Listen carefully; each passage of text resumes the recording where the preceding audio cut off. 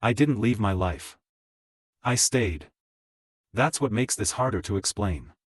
I showed up every day. I answered messages. I kept appointments. I remembered birthdays. From the outside, nothing went missing. If you had asked anyone, they would have said I was reliable, present, unchanged. And yet, I was disappearing. Not dramatically. Not all at once. I didn't wake up one morning feeling empty. I learned how to empty myself gradually, in ways that felt reasonable. Useful. Necessary. I learned how to survive without asking for much. It started with small choices that didn't look like choices. Saying yes when no would have complicated things. Staying quiet when speaking would have required energy I didn't have. Choosing the option that kept everything moving instead of the one that might stop it. I told myself this was adulthood. I told myself this was maturity. I told myself this was temporary. Temporary became permanent without asking my permission. The first thing I lost was urgency. I stopped feeling pulled toward anything. Desire became a background hum I could ignore. I replaced it with schedules and obligations that didn't argue with me. I built a life that didn't demand courage, only endurance. People praised me for that. They said I was grounded. Stable. Easy to count on. I accepted those compliments as proof that I was doing something right. I didn't realize they were describing the absence of friction, not the presence of meaning. I learned how to be agreeable in ways that felt invisible. I adapted my tone. I softened my opinions. I edited myself mid-thought so conversations could end peacefully. I became very good at maintaining harmony. Harmony is quiet. So is disappearance. I didn't notice the moment my inner voice started speaking less often. There was no alarm. No grief. Just a subtle relief when I ignored it. Listening to myself required decisions, and decisions felt exhausting. It was easier to let the day decide for me. Days became similar. Weeks blended. Achievements landed without impact. I moved from one milestone to the next like I was checking boxes for someone else. I remember standing in a room once, surrounded by people who cared about me, listening to laughter that included my name, and feeling oddly distant, as if I were watching my life from across the room. That should have scared me. Instead, I adjusted. I told myself distance was normal. That intensity fades. That no one feels fully alive all the time. I lowered my expectations until the numbness felt manageable. That's the trick with quiet despair, it teaches you how to cope instead of how to leave. I didn't run from my life because there was nothing obviously wrong with it. No crisis to justify change. No disaster to point to and say, this is why I had to go. Everything worked. And because everything worked, I stayed. I became efficient. I optimized my days so there was no wasted time for thinking. I filled my calendar. I stayed busy. I replaced curiosity with productivity and called it discipline. It looked impressive. It felt empty. At night, when everything slowed down, I noticed how little I had to say to myself. Thoughts came, but they felt rehearsed. Safe. Familiar. I stopped asking questions that didn't have immediate answers. I avoided wondering who I might have been if I had chosen differently earlier. Wondering felt dangerous. I began to talk about my life the way people talk about a job they don't hate but don't love either. I described it as fine. Stable. Good enough. Those words became a shield.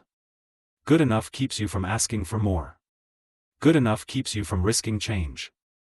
Good enough teaches you to disappear politely. I didn't realize how far it had gone until someone asked me a question I couldn't answer. What do you want next?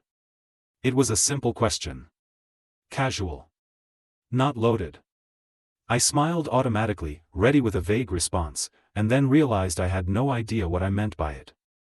Not because I wanted nothing. Because I hadn't practiced wanting. I laughed it off. Changed the subject. The moment passed. But something inside me didn't. That night, I tried to imagine the future, not ideally, just realistically. I pictured myself 5 years from now, 10 years from now, still living this life that functioned so smoothly. The image didn't feel tragic. It felt finished. That scared me more than failure ever had. I realized then that I hadn't chosen this life so much as I had accepted it repeatedly. Every day I stayed quiet, every time I postponed a conversation, every moment I chose ease over truth, I was making the same decision again. I wasn't trapped. I was compliant. Compliance is seductive. It rewards you with peace in the short term and charges you interest in the long term. It lets you believe you're being responsible while quietly draining your agency. I told myself I was patient. I told myself I was being strategic. I told myself there would be time later. Later didn't arrive. What arrived instead was a strange sense of grief for a life I hadn't officially lost yet. I felt like I was mourning something abstract, momentum, maybe, or possibility. I couldn't name it without sounding ungrateful, so I kept it to myself. That silence made it grow. I began to understand something uncomfortable: you don't need to leave to disappear. You can vanish in place, surrounded by people, praised for your reliability, admired for your restraint. You can disappear quietly. And no one will notice, because nothing breaks. Not until you do. I didn't know yet how to stop it. I only knew that if I continued like this, one day I would wake up and realize that the person I used to be hadn't gone anywhere dramatic. They had simply been replaced. Once I realized I was disappearing, I couldn't stop noticing the evidence. It was everywhere. In the way my answers had become efficient instead of honest.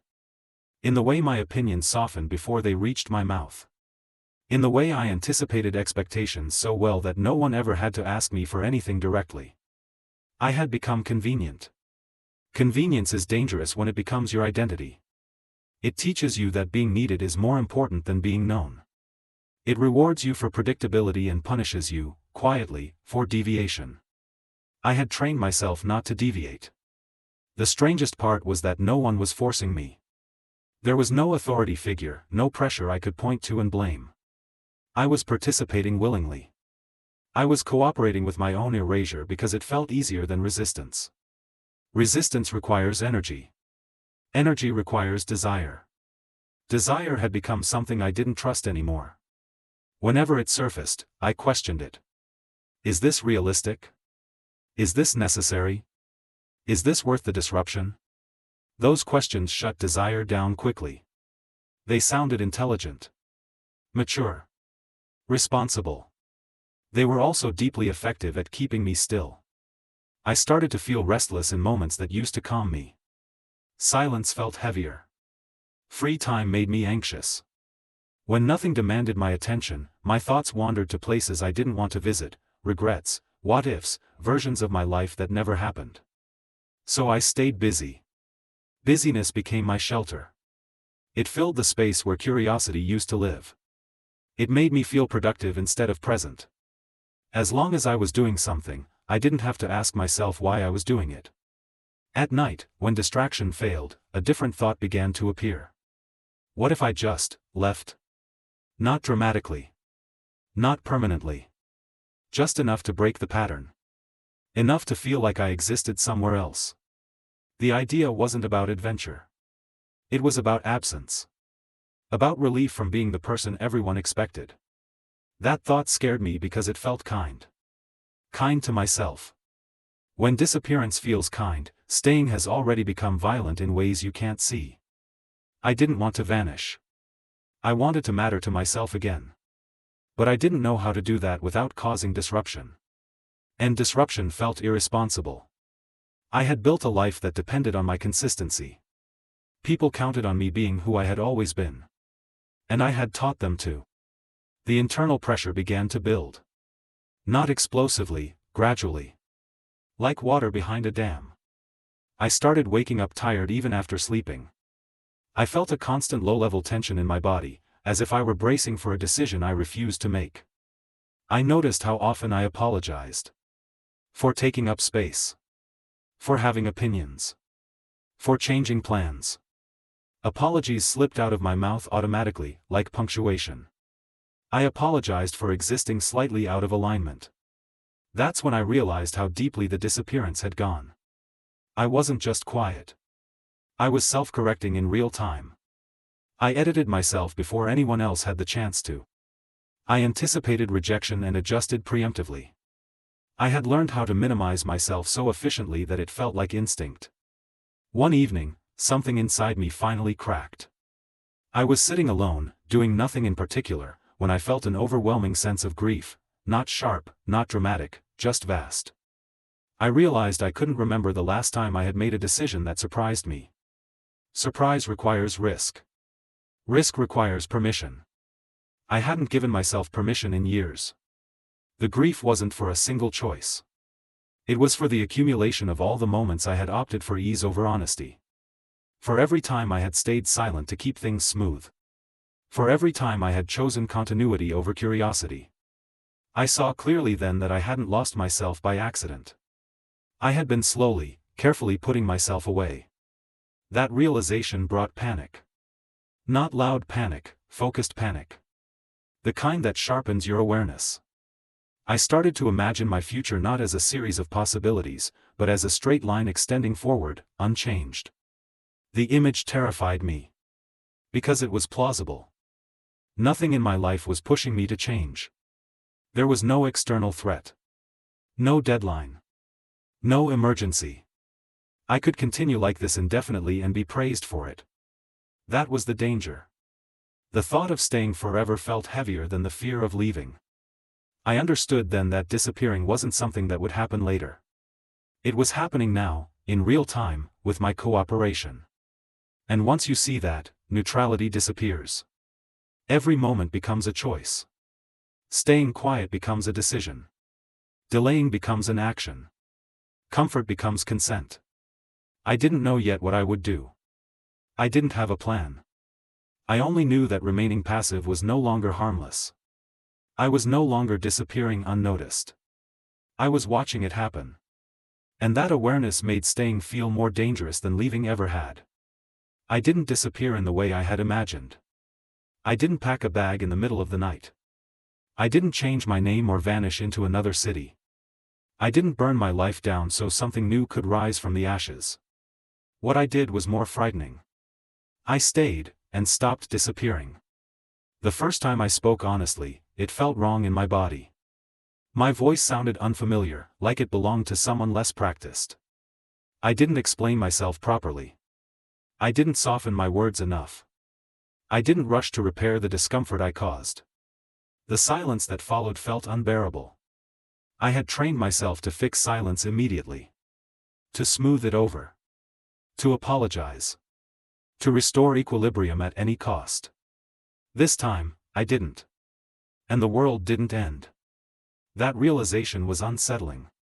I began to notice how many of my fears were predictions rather than memories. How often I assumed rejection without ever testing the truth. How deeply I had internalized the belief that being fully present would cost me everything. Presence did cost me something. It cost me convenience. Some people didn't like the change.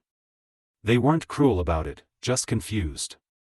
I was no longer as easy to read, as predictable, as adaptable. I didn't respond the way I used to. I didn't absorb tension for the group. I didn't disappear to keep things flowing. A few connections weakened. Some expectations dissolved quietly. I felt guilt rise immediately, the old reflex, sharp and insistent. But beneath the guilt was something new. Relief. For the first time in years, I could feel my own edges again. My preferences. My resistance. My limits. They weren't elegant or impressive. They were clumsy and inconsistent.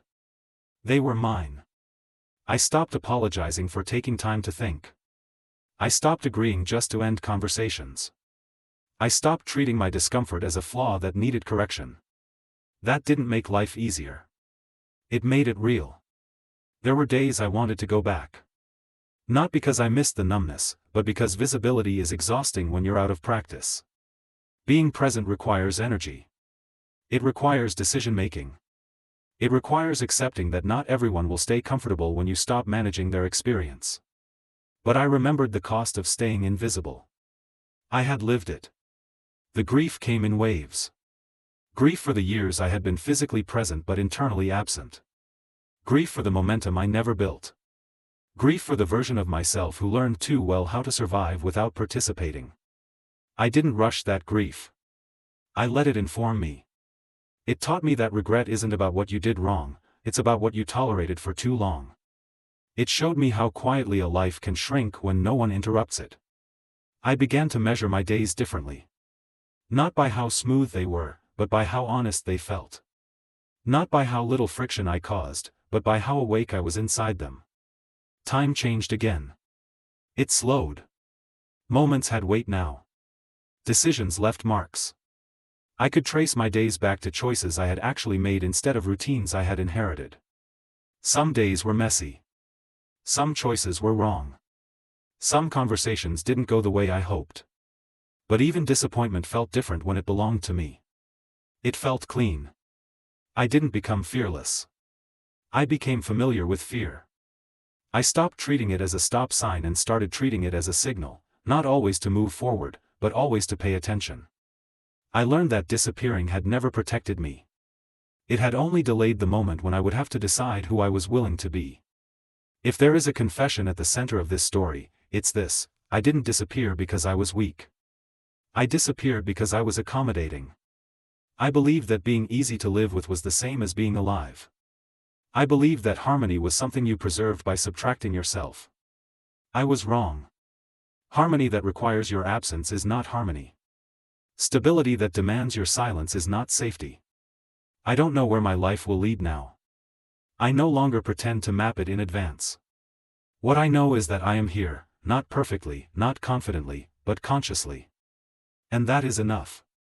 If someone listening to this feels that quiet erosion, the sense that you're still here but less and less of you is showing up, don't wait for a collapse to justify change. You don't need to leave to stop disappearing. You don't need permission to exist fully. You don't need a crisis to choose yourself. I disappeared while staying. And no one noticed. Now, even when it's uncomfortable, even when it costs me ease, I choose to be visible. Because the most painful thing I ever did wasn't leaving my life. It was staying in it without myself.